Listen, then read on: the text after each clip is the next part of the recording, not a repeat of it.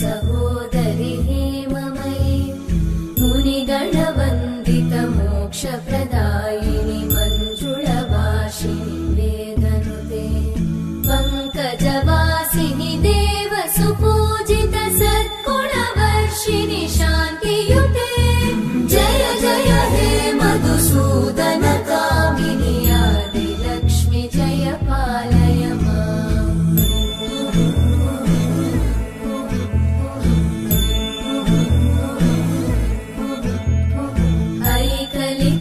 ऐकलिकल्मषनाशिनि कामिनि वैदिकरूपिणि वेदमये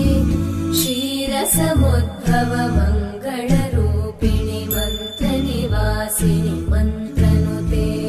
मङ्गलदायिनि अम्बुजवासिनि देवगणाश्रितपादयुते जय जय हे मधुसूदन कामिनि धान्यलक्ष्मि जय पालय माम् जय वरवर्णिनि वैष्णवि भार्गवि मन्त्रस्वरूपिणि मन्त्रमये सुरगणपूजित शीघ्रफलप्रद ज्ञानविकासिनि शास्त्रनुते भवभयहारिणि पापविमोचनि साधुजनाश्रितपादयुते जय जय हे मधुसूदन कामिनि धैर्यलक्ष्मि जय पालय माम्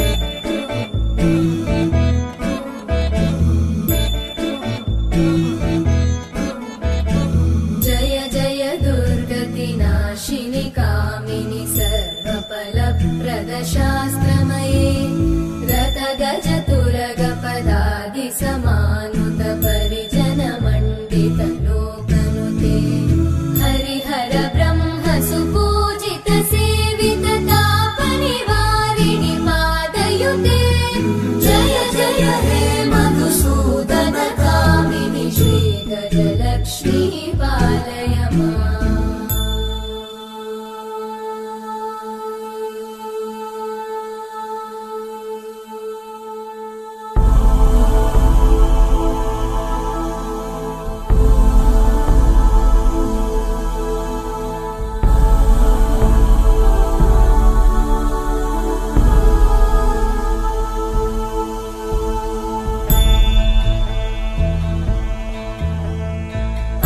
ऐकगवाहिनि मोहिनि चक्रिणि रागविवर्धिनि ज्ञानमये गुणगणवारिधि लोकहितैषिणि सप्तस्वरवरगाननुते सकलसुरासुरदेव मुनीश्वर मानववन्दित पादयुते जय जय हे मधुसूदन कामिनि सन्तानलक्ष्मि पालय माम् जय कमलासनि सद्गतिदायिनि ज्ञानविकासिनि गानमये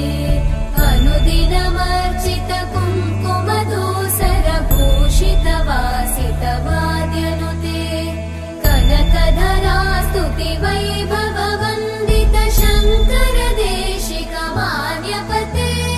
जय जय हे मधुसूदन कामिनि विजयलक्ष्मि जय पालय माम् प्रणत सुरेश्वरि भारति भार्गवि शोकविनाशिनि रत्नमये मणिमय भूषित कर्णविभूषण शान्ति समावृत हास्यमुखे नवनिधिदायिनि कलिमलहारिणि काम्यफलप्रद हस्तयुते जय जय हे मधुसूदन